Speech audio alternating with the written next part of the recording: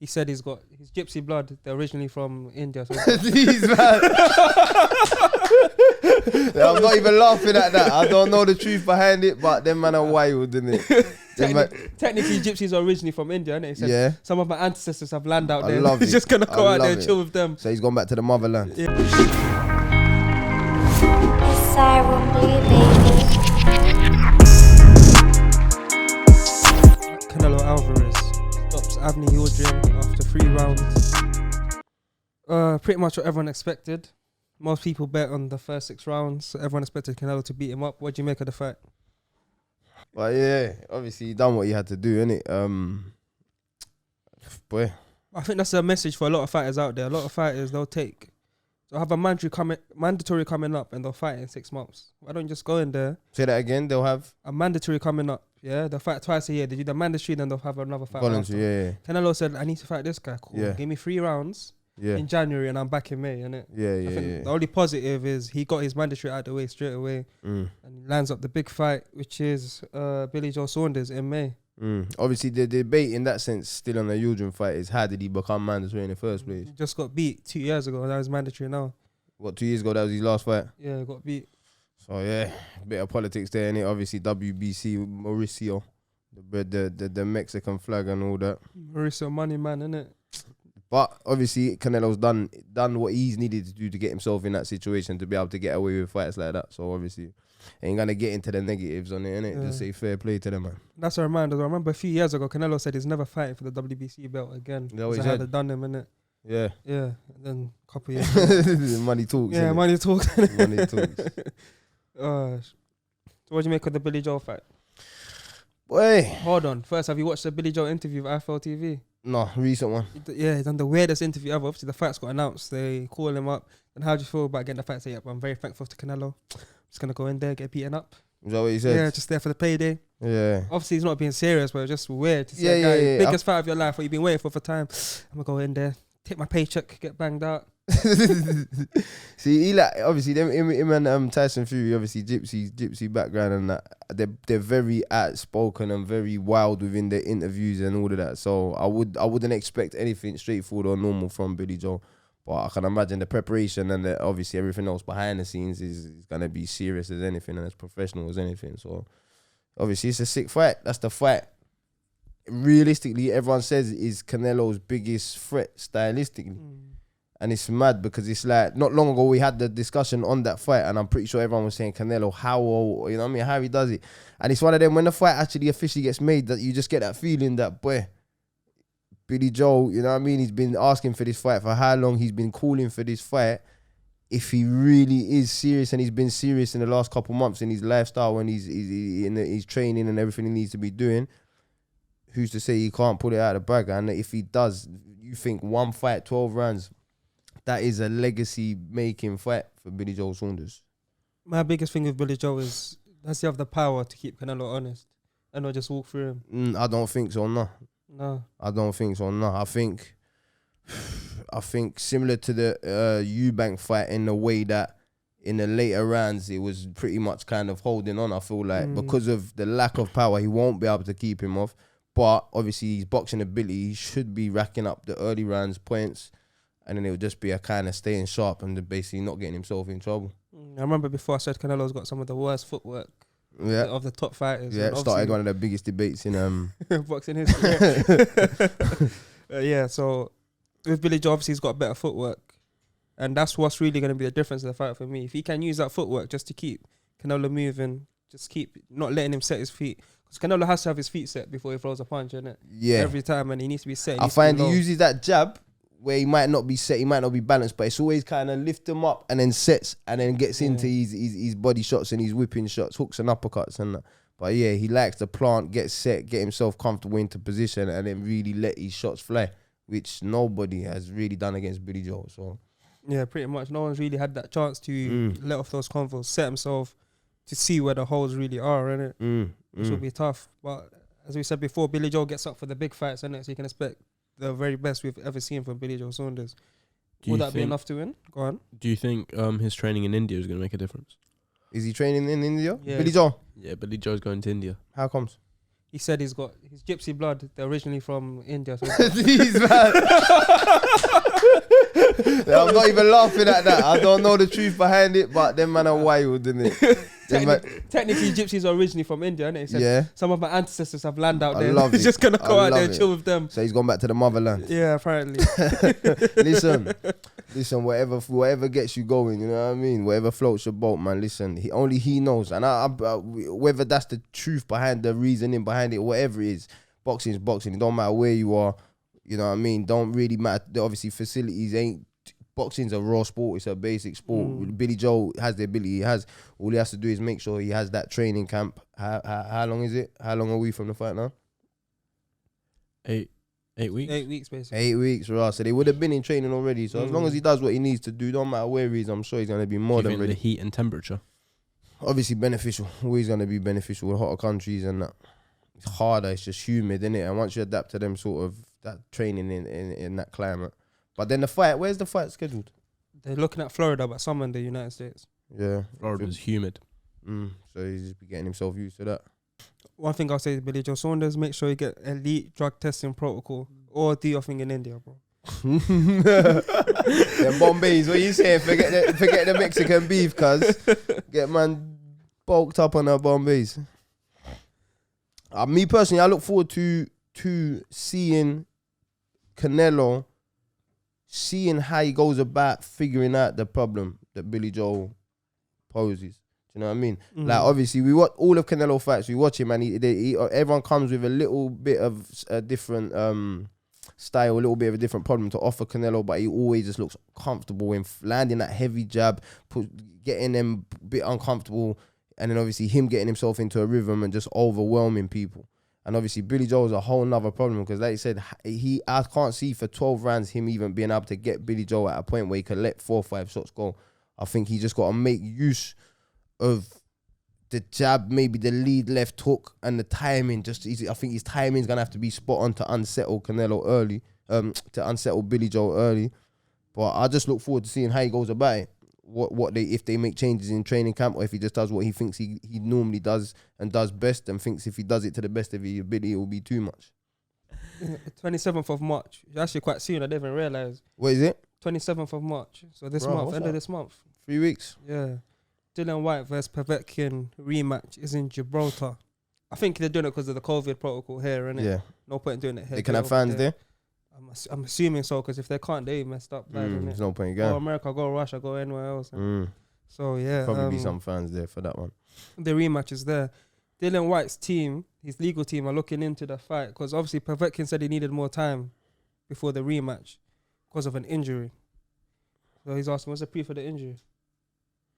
And they haven't got none. Povetkin said he was so ill he lost like 20, 30 pounds, innit? Just send me a picture of you. 20, 30 pound weight loss, innit? Yeah, he ain't got one. Now, Povetkin has a history of PED issues.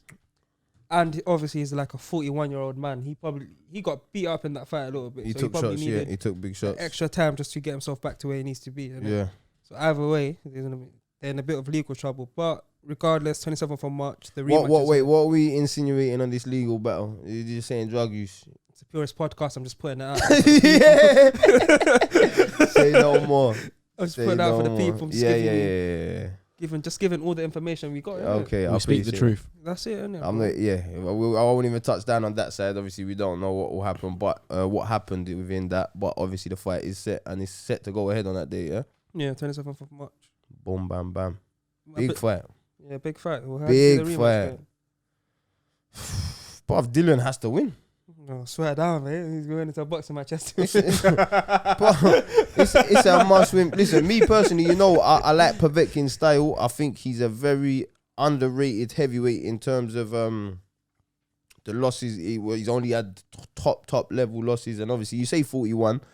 It is realistic. It's obviously past your peak, but as a heavyweights are known to peak a lot later. So it doesn't mean he's definitely at the end of his career. I think his legs are gone though. Yeah, they do look like he's a problem for 4, 5, 6 rounds, and then after that, you think he looks like he's ready to go. But he showed within the last fight, it only took him 5, 6 rounds. And same thing again. It's whether Dylan. Obviously, Dylan has to have learned from that fight. I feel like obviously a lot of people feel he was coasting. I don't actually feel he was coasting. I feel like Povetkin was always causing him problems within this. You know what I mean? He was It always was making you think, innit? always make he was never completely comfortable. Dylan Povetkin was always looking to set shots up, so I don't think Dylan allowed to fully relax. But hopefully he's learned from that and basically just sticks to his game plan. Don't try and get him out early. Even if you've dropped him 2, 3, 4 times, just stick to what you're capable of doing, which is jabbing his head off, winging in a right hand here and there, up and down, and just letting the fight, just seeing the fight out that way. And then obviously, undoubtedly, being a heavyweight, a knockout is gonna come. If you take the man into deep waters and you're comfortably seeing the fight out with your jab, no doubt you're capable of getting him out of there. But this is the fight game. Easier said than done. Povetkin is an Olympic gold medalist, and if someone can find a way, I believe Povetkin can do it. I think with Dillian Whyte, obviously he's got a good chin, but obviously Oscar Rivas dropped him against Joshua. He was knocked out. It's like he's a tough guy. Parker dropped him. Yeah, Parker dropped him as well. He's been dropped in most of the big fights, so he knows his chin can be up in the air sometimes. I was gonna say it's not that his chin is bad, but he gets out of position a lot. And if you're out of position against Povetkin on the inside, it's all over. So I think if he doesn't get Povetkin out of there, he can't afford to just jab and move around, because there's going to be one point where he's out of position and Povetkin will capitalize, like in the last fight. So you think he's got to get Povetkin out of there? Yeah, 100%. Within the first 6 rounds? The longer it goes, the more chance he has of getting knocked out. Who, Dillian? Yeah. It's a good shot. It's a good shot. So you think he's got to throw caution to the wind in some points? But then at the same time, that's when he got knocked out. That's when he got stopped the last time. But he got stopped on the back foot. Like, he wasn't going to press because the round had just started again. Yeah. He didn't go in to press him and see, wait, what have you got left? He just said, let's what was it? The counter left. He went to throw a counter. He went to throw a left hook himself. I think he went to throw counter Povetkin's jab. Povetkin threw the jab. Yeah. And then I feel he's caught it. Yeah. And he's went to whip his own hook, but obviously Povetkin's come up with the uppercut. Yeah. But I think, so obviously making right what you said, he left himself out of position, innit? But that probably was thinking he's going to clean him with his own left hook, innit? Probably thinking, you know what, he's thrown his jab, I'm going to catch it and I'm going to wing a left hook, rather than just planting a nice shot, stepping off double jab. But 2 complete different opinions there, innit? I'm saying he's got to see it out, stick it on his jab, keep it long and don't take no risks. You're saying you think he's better off just getting a man out of there, yeah? Say no more. Say no more. But it's an exciting fight anyway, because obviously Dillian's been at the top of the game for how long. Obviously everyone wants to see him get his world title fight. You expect him to see these fights out, but he's now found himself in a position that no one expected him to be in, and obviously it's down to him to redeem himself. Right, someone that's called out Dillian Whyte previously, Lawrence Okolie. You didn't expect that name, innit? I forgot about that. They had a little madness, innit? Yeah. I think they sparred each other and then You got someone Lawrence released said, footage, innit? yeah. I can imagine that'd be a good fight though. Yeah. But No comment. Lawrence is long. Lawrence is long-limbed, bruv. Even though he's only cruiser, he's 6'6". Yeah. 6'6". Yeah, he's Yeah, that's 6'6". Cruiserweight. 6'6", 6'5", I'm sure he is. Yeah. Steph is like his height, isn't it? Steph, yeah, I think Steph is a bit taller. Shout out Stefano. Pro debut coming up soon, isn't it? Yeah. What's his full name? Stefano. He's Lawrence Okolie is getting his world title opportunity against Krzysztof Glowacki on 20th of March. So this month again. Yeah. Glowacki's been past his peak for as long as I can remember. But he's still a dangerous fighter, and we're going to see if Okolie really can step up to world level. Once you get to world level, there's no coming back. Yeah, There's no coming back. It's exciting times, and I feel like obviously, even though Lawrence he's fought at every level nicely, you know what I mean, showing it from all the way up from the British Commonwealth. He's gone through them levels, and he's always tested himself, but he's come out of there with flying colours. But obviously, like you said, world stage is a different stage altogether. I think the cruiserweights at the moment, there's not really no world beater out there. Would you say I'm right in saying that? Yeah. There's not really no world beater out there, so it's a good chance for him to really cement his name up in that top level of cruiserweight fighters. That being said, Marish Bradis, I think I'll take him against any cruiserweight. Yeah? Yeah, any cruiser, I'll take him. But like I said, other than that, it's wide open, isn't it? He can make his name there. He can be a long-reigning world champion. Joseph Parker won a 12-round unanimous decision against Junior Farr. My boy, that, you know that? Yeah. My boy. I can tell. Azerbaijan and that, innit? I smell we were like that still. Yeah. Nah, it was cool. It was cool. Him and his coach. He was training with the New Zealand amateur coach at the time. But yeah, it was in the same hotel. But from then, that would have been 2011. So however old he is now, we're talking about 10 years ago, yeah. And from then we said that brother's he's gonna do well. You know what I'm saying? For a heavyweight, he boxes, he moves, he had the timing, the sharpness, speed. He had all that going for him. I thought he's a very good boxer. To be obviously fair, the pro game, yeah. it's To different. be fair, we saw a lot of that in the fight. The only problem is what we saw a lot more of is just holding. Holding. Yeah. Every time Parker came close, like, yep, I got you now. Grab you. But honestly, there were certain times where he actually got him in a headlock. Like, you come close, he just got him in a headlock, just straight off. See, it's sad because obviously that just reflects on what I say about that amateur style. Sometimes, you know, all that hitting from range, 1-2 step back, and all that is beautiful. It's lovely to watch. It's pleasing on the eye. It's good for scoring your points. But when you're in the pro game and you're gonna come up against someone that just wants to walk forward and apply pressure, you gotta figure out how to deal with that.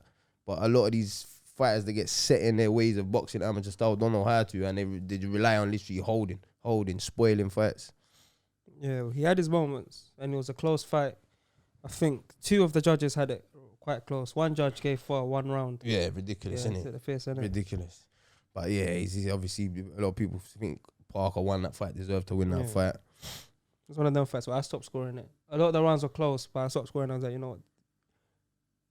I don't think Far done enough to win. Yeah. But Parker didn't really do much to take it off. It weren't, it weren't one of them exciting ones, but he kept his name in the mix. I feel like that's all his intention was. On the back of that, where does that leave him? I don't know, because he didn't win many fans. So what else? Where would he go from here? What fights are lined up? Has he got anything? Is he talking about anyone? It's in New Zealand, Australia, so there'll always be some legend. Fucking Joseph Parker fought, what did he fight? Franz Bofer. Swear. Yeah, a few years ago. Didn't even know that. Yeah, exactly. You thought that guy was retired or mad, dead, didn't it? Yeah, Lucas Brown's there as well. Who, Joseph Parker boxing? No, they can. Junior Far can fight. Okay, yeah. Either of them can fight. Yeah. No, but I mean on the world stage. For Far or Parker? Parker. I'm not saying. He's got Chisora lined up next. Yeah? Yeah. With that fight that's supposed to happen, the no Vaseline thing. Chisora's been chatting mad shit. Yeah? Yeah. Shout out Delboy, man. He keeps his name in the mix, innit? Yeah, somehow or another, he's got a big fight coming his way. Yeah. But just do us a favour. Don't let Eddie come slap us with that Sky pay-per-view again. You know what I'm saying? It's come on, man. But listen, rampack the undercard and we might think about it. Yeah, for real. Innit? He's got some talent on the undercard, but we'll get to Eddie Hearn a bit later. Dimitri Bivol will defend his world title against Craig Richards. It's looking like soon to be official. Richards recently won the British title against Shakam Pitters. Richards, we had him on the podcast. You can check the video. Quick plug in it. Obviously, he had a loss against Puglioni a while back. And even me, I said it to him on the interview. I was like, you know, a lot of fighters say, I had late notice, like I wasn't ready for the fight. And then they'll come with a fight where they have lots of preparation and they still don't even look too good. And he's one of them like that. But I went and saw him spar once in the gym, innit? And I looked at him, I was like, is this the guy who I actually think it is, innit? And in the gym looked like a completely different fighter, innit? And he said he was one of those guys, he has to go out for the occasion. Every time the occasion's been big, where he hasn't had notice, he's gone out there, dealt with guys, he's knocked them out. He said, if you look at the guys he's fought, even if you put Callum Johnson in the mix, there's no British heavyweight has beat more contenders than him. At this moment. And now he's going from that position, he's won the British title straight to the world title fight. Bivol, he's fought some good world level fighters. He's fought Sullivan Barrera. I think he knocked him out in the last round. That was a very good win. Joe Smith, I think he just scored him, innit? So Bivol's got high pedigree. But with Bivol, he says he can move down to super middleweight and fight Canelo. He says he can move down. He's not a fully fledged light heavyweight then. Yeah. And Richard's a big one as well, innit? So it will be a decent fight. Yeah. How do you think it'll go? Obviously, it's a massive step up, innit? It's a massive step up, but like you said, he steps up to the big occasions. At the end of the day, you don't, obviously his experience is nowhere near the same as Bivol's, but you can't measure a man's heart at the end of the day. And you know he's got that in abundance, innit? Obviously, on paper, you're going to have to favour Bivol, but you know what I mean? It's one of them fights. He's got a top trainer in his corner as well in Danao. And I feel like them man are going to be working hard behind the scenes. Them are going to be doing what they do, getting top sparring. They've got good sparring around them. They'll definitely be ready for it. But you're in this game to take the risks. And at the end of the day, for him to be doing what he's doing, you gotta take your hat off regardless, just to step in that position. You know what I mean? We've had a couple fighters. We had, I believe it was Umar Sadiq not long ago, went over to, was it Russia? Yeah, he went someone crazy. Boxer world champion, and you know what I mean? He was beating him up into the last round, I believe it was, and it was like it would have been a massive upset if he pulled it off. He just fell short, but it goes to show there's a lot of fighters over here that might not be getting the recognition that they deserve, but given an opportunity, you know what I mean? They could very well. I won't put my money against him. Let's put it like that. On paper, I would have to favour Bivol, but I would not put my money against Richards at all. The worst part is you've got a fighter there. He's fought with the other prospects. He's gone in there. He's never said no to a fight. He's got a world title fight. The promoter is Eddie Hearn, and most people haven't really heard of you like that. Like Eddie Hearn has a whole media machine behind him. But no offense to the likes of Ted Cheeseman, but they're not of the caliber fighter that Richards is. Yeah. But you've got guys like Sam Eggington getting big. Or they haven't fought on that stage that he's even boxed at. Yeah, there we go. So you've got guys like Sam Eggington getting these big opportunities, headlining. Back to back That's as what well. I'm saying, innit? As well, back to back, constant as well. So it's building their profile, which allows them to get easier fights. Yeah, exactly. You know what I mean? But my man's jumping in the deep end, so time after time again, and he still really ain't got the only reason I know about his fight news is through him.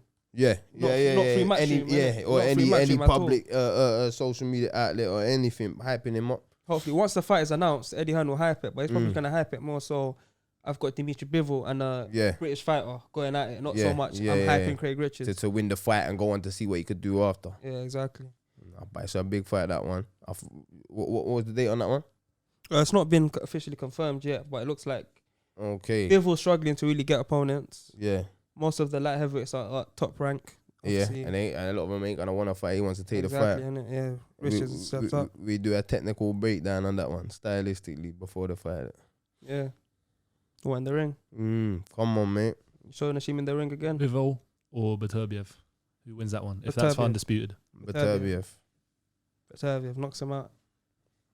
Bivol's got fast hands, but he Beterbeiv. Bivol's got fast hands, but he ain't got much power behind. I just see catch and counter all day. Just walk him down like a fudge stick.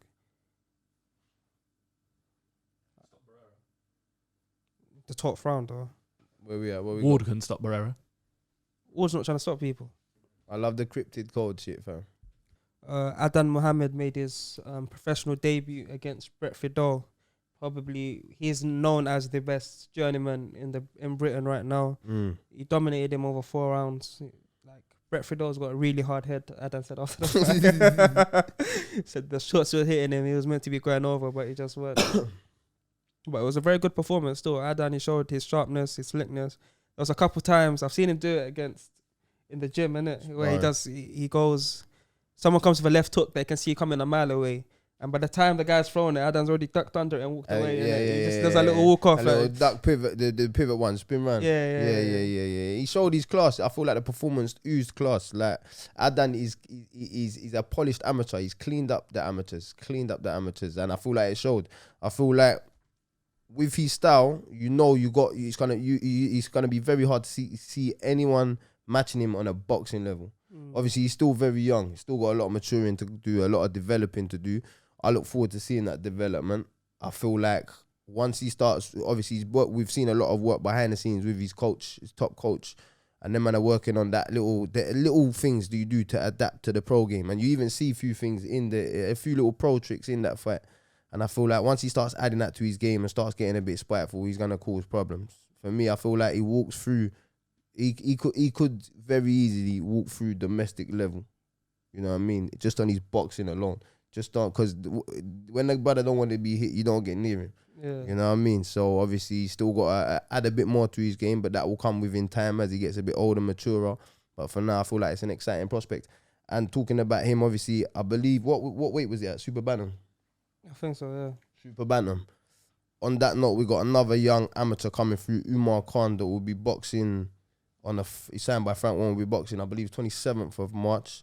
Same weight, same gym. They both come from Repton. Another top prospect. I feel like gonna make noise, but obviously we won't say too much till he's had his fight. But again, another one, Dennis McCann, same again, super bantamweight, come from Repton. All of them have been on Repton's books at one point.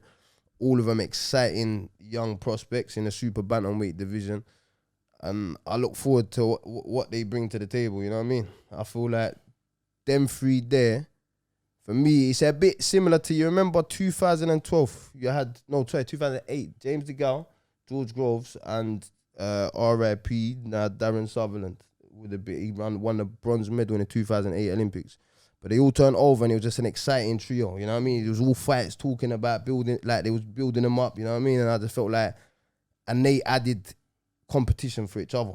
I feel like it was exciting times for all of them were super middleweights, and I felt like they all brought each other on in the early stage of their career. I believe these fighters, these three young super bantams can all do the same. I look forward to seeing that. The best part about for them as well is you can see in 2-3 years, there's no reason why they can't fight each other. They're all with Frank Warren. Yeah. And literally from talking to them, you can tell they're hungry. They're hungry. They're hungry. As soon as the fight is offered, it's already been signed. They're gonna take it, yeah. And that's why I brought up the Gowan Grove there, because they didn't have. Did they have the rematch? They didn't have the rematch. They didn't have, but they had the first fight from early which was British and Commonwealth title. Yeah. You know what I mean? These are domestic titles that rarely you see top fighters fighting other top fighters for nowadays. You know, but I believe Frank Warren is doing boxing justice in that sense, where he's putting top boys against top boys, and we're finding out what these boxers are actually about from early on because of the fights they're getting put in. And Frank Warren is going to the grassroots to find actual boxing talent. Eddie Hearn, like we said earlier, he'll take the ticket sellers and try to push them forward. Yeah. But it gets to a point with the ticket sellers, they're going to lose. They get found out at a certain level. If you just get pure talent and push them with your platform. Yeah, use your platform to make them ticket sellers. The boxing will sell itself, innit? Exactly, innit? If you got a guy who keeps winning and you keep hyping him up. Look at Lomachenko. How the hell do Americans know who Lomachenko is? Top Rank literally said, listen, this is the best thing since war. And he's literally the best thing ever. You just keep seeing him win, and add to the hype. And then pumping out the Matrix real, thing. They've been pumping out anything, that whatever they can for these people to say, yeah, that guy is something special. Yeah, exactly. You got to do is find a good fighter and do that with them, innit? Instead of doing the and then Theo whoops his ass. Right, listen. Not today, not today.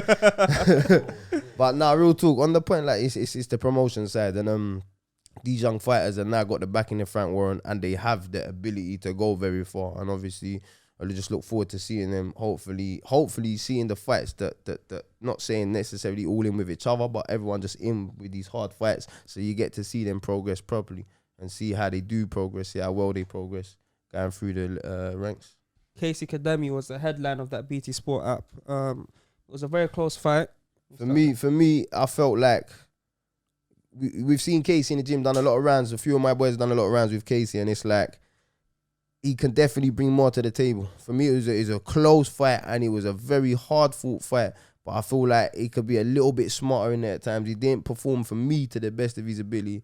It's hard because I was watching that fight from a biased point of view. I ain't gonna lie. Obviously, Casey's like his people, innit? So all the close rounds, I'm giving it to him. So I thought Casey done enough, but obviously my man got the decision. What's his name, sir? The other Donny? I can't remember. Let me check. But he got the decision. Listen, he was rough, tough, and ready. He come there for a scrap.